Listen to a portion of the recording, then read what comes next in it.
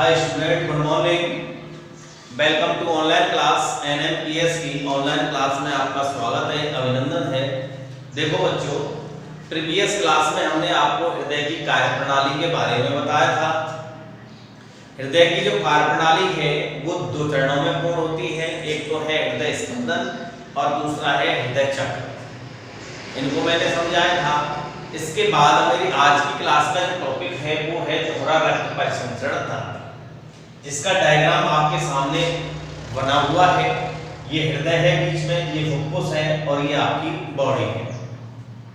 देखो बेटा, मानव के अंदर दोहरा रक्त परिसंचरण तंत्र पाया जाता है।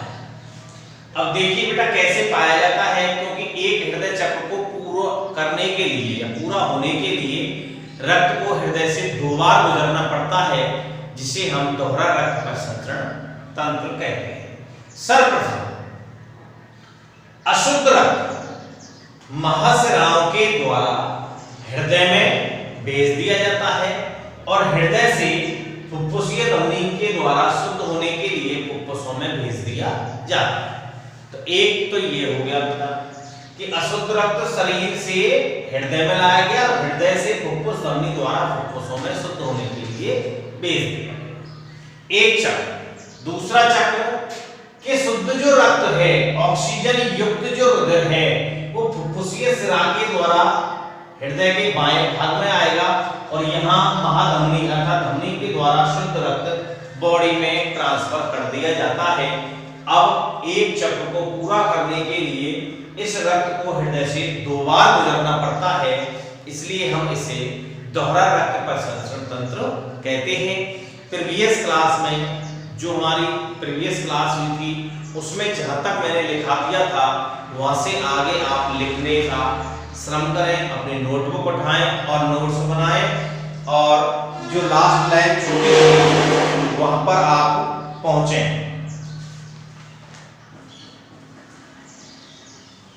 नोटबुक उठाएं, नोट्स बनाएं बेटा। मैं बोलूंगा आप लिखेंगे। स्टार बना के हेडिंग लिखिए। आप स्टार बना के आप लिखें, हेडिंग नहीं लिखें, सीधे ही लिखें स्टार बना के। बेटा लिखाऊं? लिखो। चालक तंत्र का निर्माण, चालक तंत्र का निर्माण SA नोड, चालक तंत्र का निर्माण SA नोड, कोष्टक में लिखते हैं आप कोटर आलिंद पर्व संधि, शिनु आर्ट्रियो नोड, कोटर आलिंद पर्व संधि, कॉमा AB नोड, आलिंद निलय पर्व संधि, AB नोड कोष्टक में आलिंद निलय पर्व संधि, हिस्के मंडल और पुरकिंजे तंतुओं से मिलकर होता है। चालक तंत्र का निर्माण SA नोड, AB नोड, हिस्के मंडल और पुरकिंजे तंतुओं से मिलकर होता है। अब हेडिंग लिखिए आप SA नोड एवं हृदय संकुचन, SA नोड एवं हृदय संकुचन।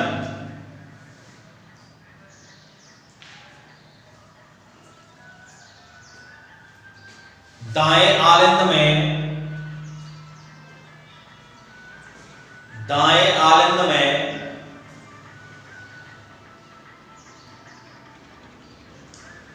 अग्र महाशिरा के छिद्र के पास, दाएं आलिंद में अग्र महाशिरा के छिद्र के पास एक चपटी संरचना पाई जाती है। एक चपटी संरचना पाई जाती है जिसे ऐसे नोड कहते हैं। एक चपटी संरचना पाई जाती है जिसे ऐसे नोड कहते हैं। इसका निर्माण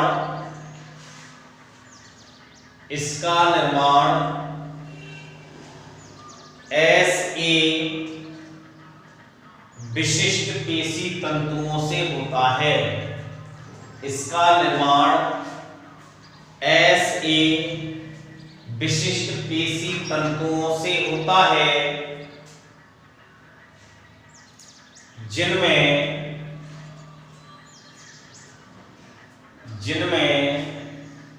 संकुचनशीलता का अभाव होता है। जिनमें संकुचनशीलता का अभाव होता है।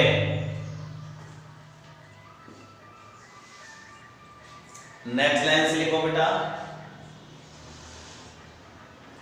ऐसे नोड की पेशियों में, नेक्स्ट लाइन से डैश करके लिखो आप, ऐसे नोड की पेशियों में स्वतः उत्तेजित होने की, ऐसे नोड की पेशियों में स्वतः उत्तेजित होने की क्षमता पाई जाती है। स्वतः उत्तेजित होने की क्षमता पाई जाती है जिसके कारण ये पेशियां उत्तेजित होकर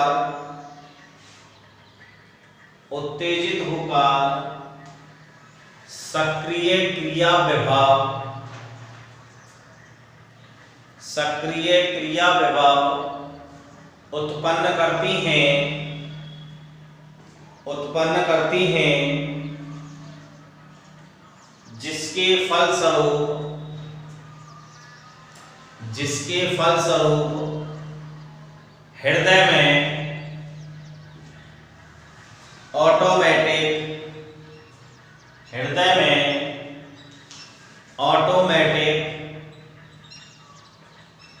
लयबद्ध संकुचन उत्पन्न होता है।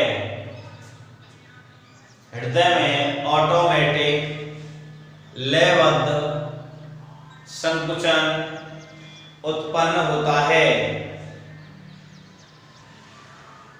डैश करके लिखेंगे, ऐसे नोड से सक्रिय विभव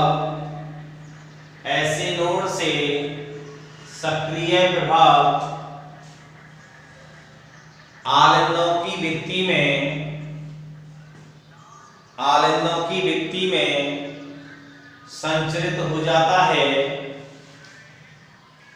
आलिंदों की भित्ति में संचरित हो जाता है जिससे दोनों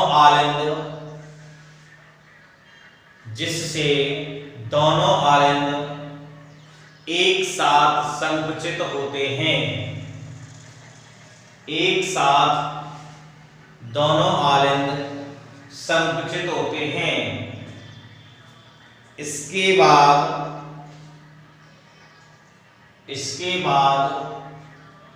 ऐसे नोड से सक्रिय विभव का संचरण, इसके बाद ऐसे नोड से सक्रिय विभव का संचरण AB नोड में होता है। AB नोड में होता है। हेडिंग लिखिए बेटा आप, AB नोड द्वारा निलयों में संकुचन। AB नोड द्वारा निलयों में संकुचन। हेडिंग लिखना है बेटा आपको, ऐसे नोड द्वारा निलयों में संकुचन।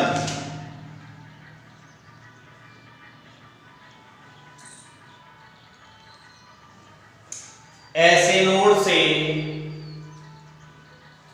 ऐसे नोड से AB नोड में, ऐसे नोड से AB नोड में संकुचन के बाद, संकुचन के बाद यह आवेग, यह आवेग हिस्के बंडल,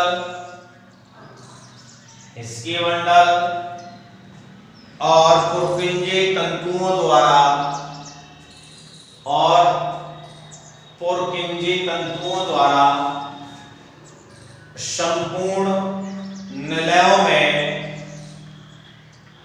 संपूर्ण निलयों में फैल जाता है, फैल जाता है। AB नोड में, AB नोड में आवेग का संचरण, AB नोड में आवेग का संचरण धीमी गति से होता है, धीमी गति से होता है।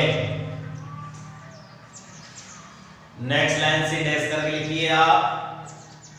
आलिंदों का संकुचन पूर्ण हो जाने के बाद, आलिंदों का संकुचन पूर्ण हो जाने के बाद सक्रिय आवेग, सक्रिय आवेग निलयों में पहुंचता है, निलयों में पहुंचता है, जिससे दोनों निलयों में, जिससे दोनों निलयों में संकुचन होता है, संकुचन होता है। स्टार बना के लिखो बेटा। ऐसे नोड, ऐसे नोड हृदय गति निर्धारक का कार्य करता है, ऐसे नोड हृदय गति निर्धारक का कार्य करता है,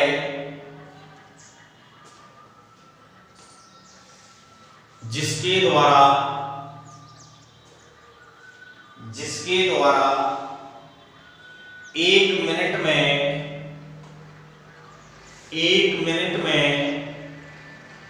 72 से 80 आवेग, 72 से 80 आवेग उत्पन्न किए जाते हैं, 72 से 80 आवेग उत्पन्न किए जाते हैं। ये पहला था आपका हृदय स्पंदन, ये खत्म हो गया। दूसरा हेडिंग लिखेंगे आप, जो दूसरी अवस्था है हृदय चक्र की। जो हृदय की जो कार्य प्रणाली है उसको 2 भागों में बांटा था, पहला था हृदय स्पंदन और दूसरा है हृदय चक्र। तो हेडिंग लिखिए आप, हृदय चक्र।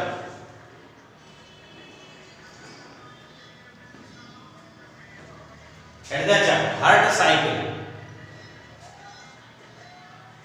इसमें लिखिए आप, एक स्पंदन के प्रारंभ होने से लेकर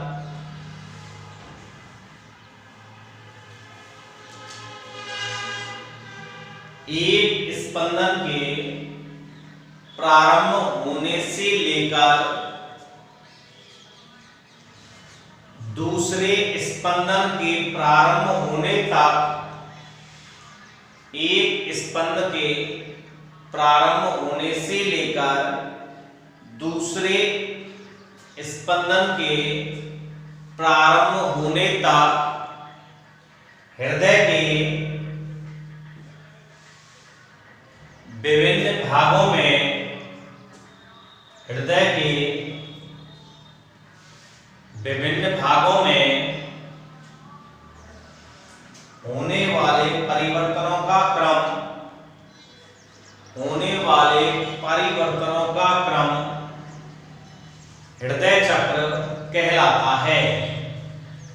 एक स्पंदन के प्रारंभ होने से लेकर दूसरे स्पंदन के प्रारंभ होने तक हृदय के विभिन्न भागों में होने वाले परिवर्तनों का क्रम हृदय चक्र कहलाता है। डैश करके लिखने बेटा, एक हृदय चक्र के पूर्ण होने में एक हृदय चक्र के पूर्ण होने में 0.8 सेकंड का 0.8 सेकंड का समय लगता है।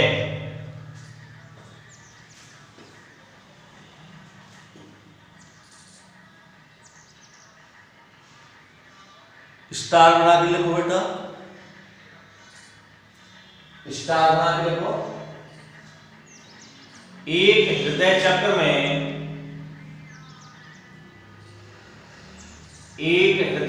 में दो अवस्थाएं पाई जाती हैं। दो अवस्थाएं पाई जाती हैं।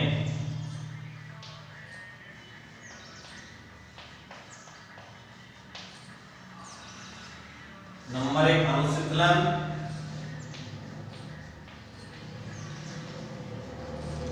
नंबर 2 संकुचन या प्रकुंचन।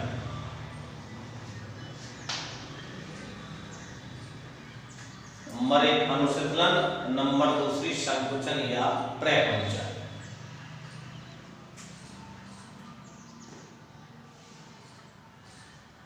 डैश करके लिखो। महाधमनियों, डैश करके लिखो, महाधमनियों, आलिंदों व निलयों के दाब में परिवर्तन। महाधमनियों, आलिंदों व निलयों के दाब में परिवर्तन, कौमा निलयों के आयतन में परिवर्तन, कौमा निलयों के आयतन में परिवर्तन, कौमा कपाटों का खुलना व बंद होना, कपाटों का खुलना व बंद होना,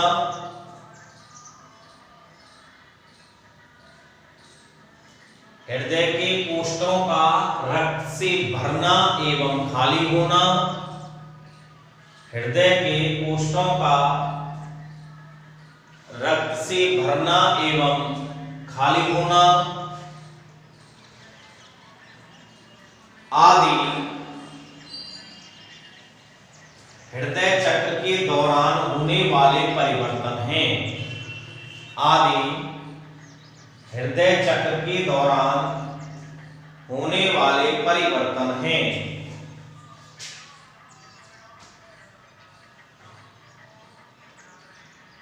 नंबर 1 लिखो आप, आलिंदों का अनुशीतलन। नंबर फर्स्ट हेडिंग लिखिए आप, आलिंदों का अनुशीतलन।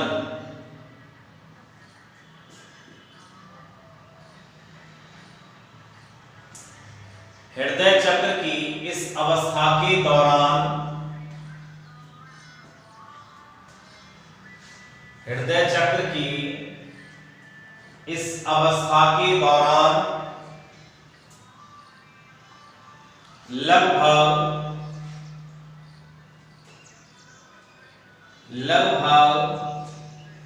0.7 सेकंड तक लगभग 0.7 सेकंड तक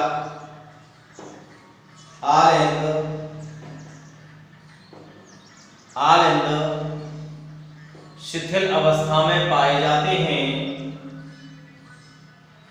आलिंद शिथिल अवस्था में रहते हैं, जिससे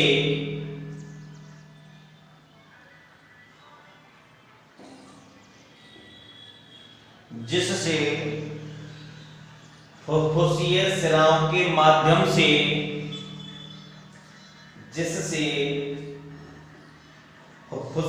शिराओं के माध्यम से शुद्ध रक्त बाएं आलिंद में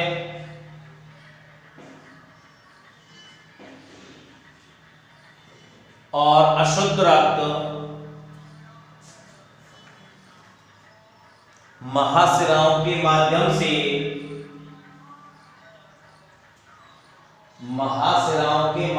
से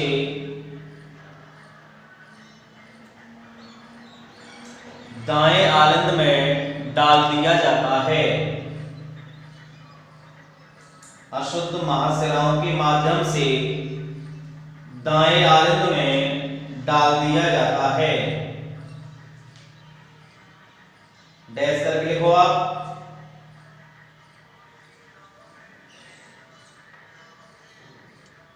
आलिंदों के रक्त से भरने की प्रारंभिक अवस्था में आलिंदों के रक्त से भरने की प्रारंभिक अवस्था में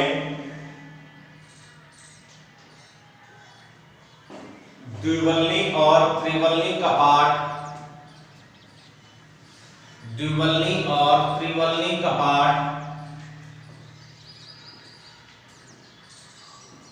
बंद रहते हैं,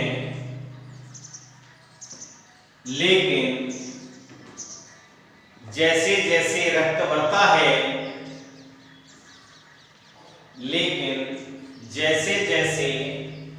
आलिंदों में रक्त बढ़ता है, वैसे वैसे आलिंदों में रक्त का दाब बढ़ जाता है। आलिंदों में रक्त का दाब बढ़ जाता है। जब यह दाब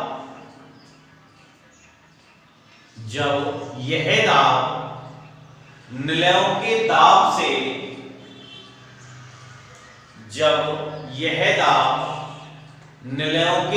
से अधिक होता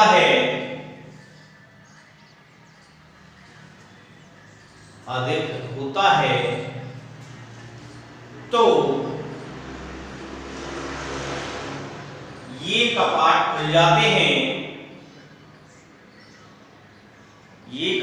खुल जाते हैं और 75% रक्त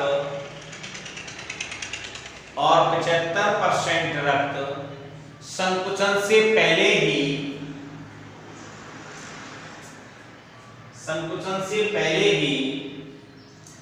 निष्क्रिय परिवहन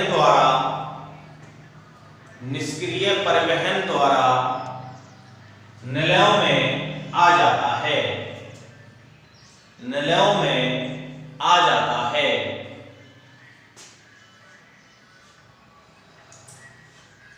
दूसरा हेडिंग लिखो, आलिंदों में संकुचन।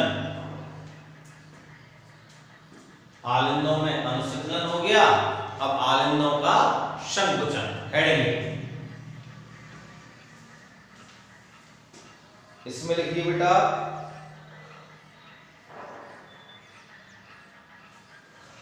आलिंदों का शिथिलन समाप्त होते ही आलिंदों का संकुचन समाप्त होते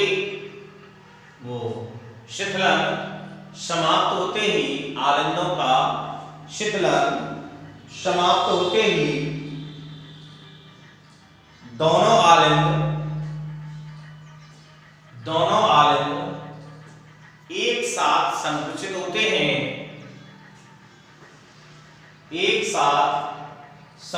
होते हैं, जिसे आलिंद संकुचन या आलिंद प्रकुंचन कहते हैं।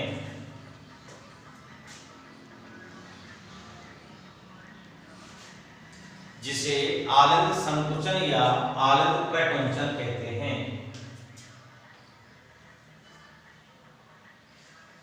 इसके फलस्वरूप शेष 25% रक्त, शेष 25% रक्त निलयों में आ जाता है।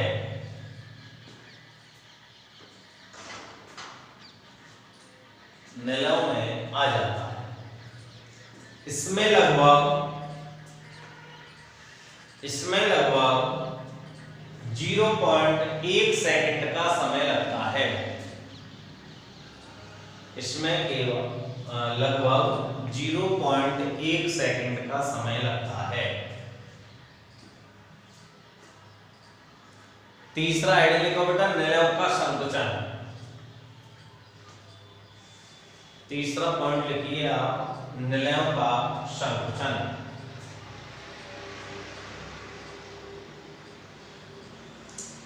आलंदों का संकुचन समाप्त होने के बाद ही, आलंदों का संकुचन समाप्त होने के बाद ही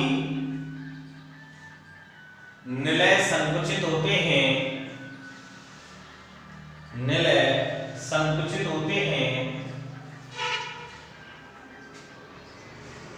इसमें लगभग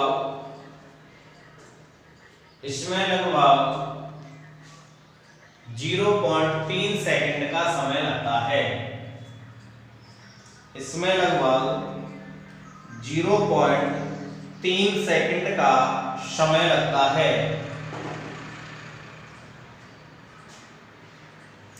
संकुचन के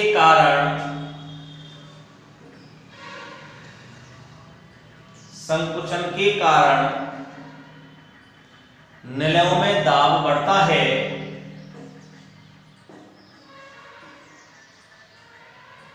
निलयों में दाब बढ़ता है, जिससे द्विवल्नी एवं त्रिवल्नी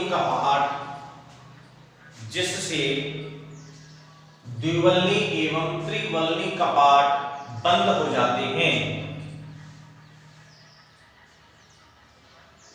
ताकि रक्त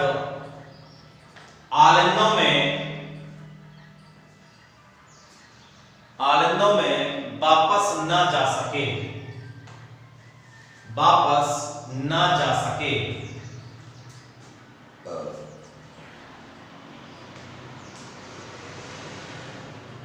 डैश करके लिखो बेटा।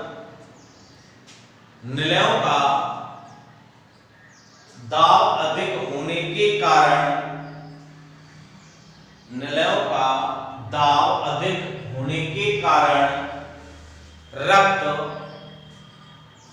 रक्त वाहिनियों में चला जाता है। चौथा पॉइंट लिखिए बेटा आप, निलयों का अनुशीतलन। निलयों का अनुशीतलन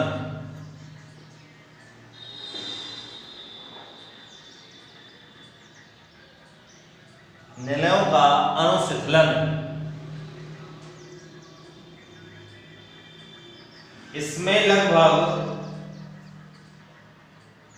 लगभग 0.5 सेकंड का समय लगता है। इसमें लगभग 0.5 सेकंड का समय लगता है।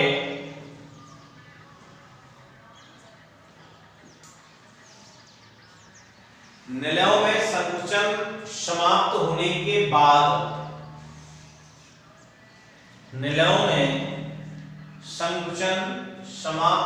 के बाद अनुशीतलन की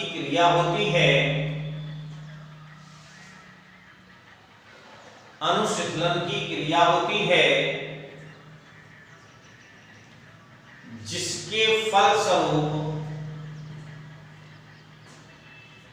निलयों में दाब कम हो जाता है, जिसके फलस्वरूप निलयों में दाब कम हो जाता है और अर्धचंद्राकार कपाट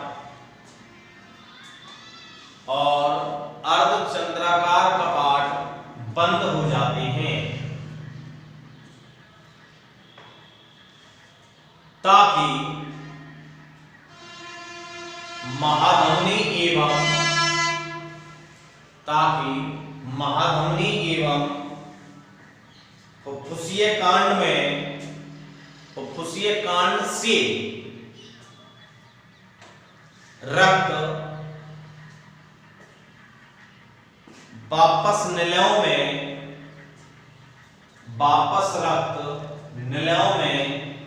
नहीं जा सके।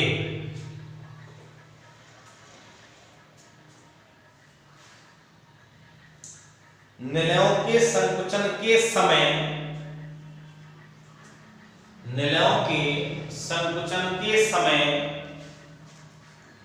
आलिंदों में रक्त का भरना शुरू हो जाता है। निलयों में संकुचन के समय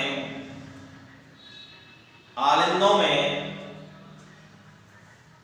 रक्त का भरना शुरू हो जाता है।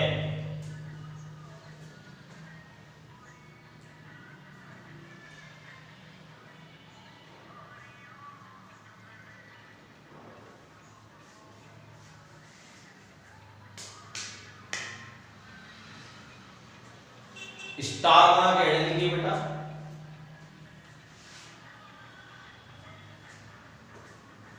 स्टार बना के हेडिंग लिखिए आप। हृदय ध्वनिया व स्पंदन। हृदय ध्वनिया या स्पंदन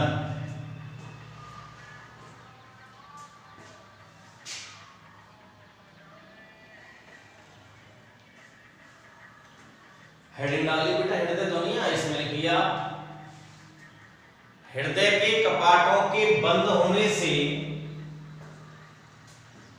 हृदय के कपाटों के बंद होने से हृदय के कपाटों के बंद होने से जो ध्वनि उत्पन्न होती है जो ध्वनि उत्पन्न होती है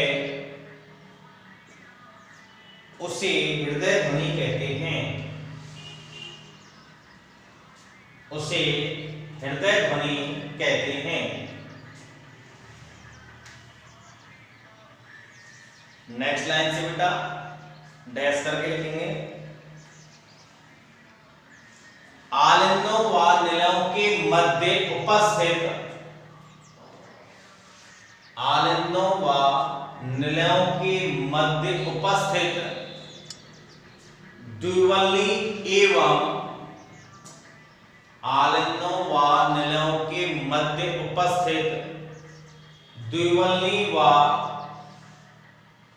त्रिवल्ली कपाटों के बंद होने से द्विवल्ली व त्रिवल्ली कपाटों के बंद होने से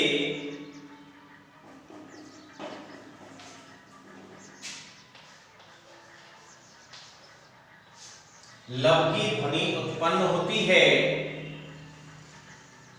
लब की ध्वनि उत्पन्न होती है जिसे हृदय की प्रथम ध्वनि कहते हैं। जिसे हृदय की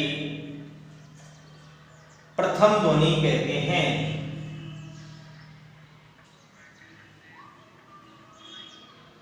डैश करके लिखो बेटा। निलयों के शीतलन के समय निलयों के शीतलन के समय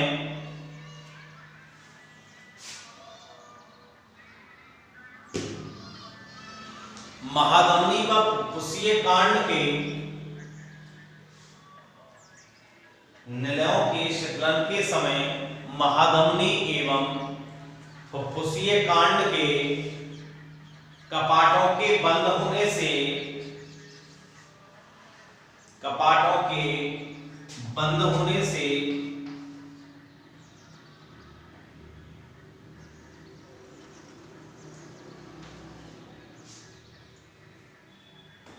डब की ध्वनि उत्पन्न होती है।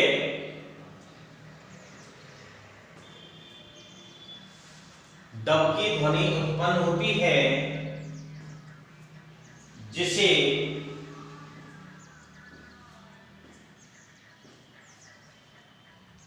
हृदय की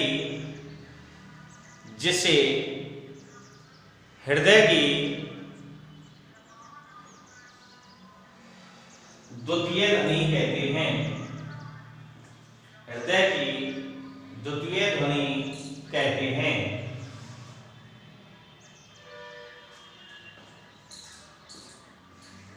इस तरह से बेटा हृदय की जो ध्वनि होगी वो कौन सी होगी? लब लब लब। ये तो द्विवल्ली और त्रिवल्ली कपाटों के बंद होने से उत्पन्न होगी। ये महाध्वनि और फुफ्फुसीय कांडों के बंद होने से, इनके जो अर्धचंद्राकार कपाट हैं उनके बंद होने से डब की ध्वनि उत्पन्न होती है। तो इस प्रकार से हृदय की जो ध्वनि है वो लब डब कौन सी हो जाएगी? लब डब। इसके बाद जो टॉपिक है आपका वो है दोहरा रक्त परिसंचरण तंत्र, जिसे हम अगली क्लास में समझाएंगे और इसके साथ भी लिखाएंगे। इसके बाद एक टॉपिक और रह गया है आपका लसिका तंत्र। लसिका तंत्र, तो सबसे पहले लसिका तंत्र का निर्माण 3 संरचनाओं से होता है। एक तो है लिम्फ यानी कि लसिका, दूसरा है लसिका वाहिनी और तीसरा है लसिका गांठ। जैसे बेटा हमने रक्त का संगठन पढ़ा था उसमें रक्त और प्लाज्मा है, उसी प्रकार से रक्त के प्लाज्मा के समान ही लसिका पदार्थ होता है। यह रंगीन होता है, अल्प पारदर्शी होता है, क्षारीय एवं संवहनी द्रव होता है। यानी कि रक्त का जो छना हुआ भाग है उसे हम लसिका कहते हैं। लसिका के अंदर छना हुआ भाग है तो उत्सर्जी पदार्थ अधिक होंगे और उपयोगी जो पदार्थ हैं जैसे प्रोटीन है, कैल्शियम है, फास्फोरस है, इनकी संख्या कम होती है। तो इस चीज को हम नेक्स्ट क्लास में आपको समझाएंगे। जो भी टॉपिक, जो भी कंसेप्ट आपकी क्लियर नहीं हो, अच्छी तरह से समझ में नहीं आया हो, वो आप मुझे पर्सनल नंबर पर कमेंट्स कर सकते हैं। यहां तक आप कंप्लीट नोट्स बनाएं और साथ ही आप याद भी करें।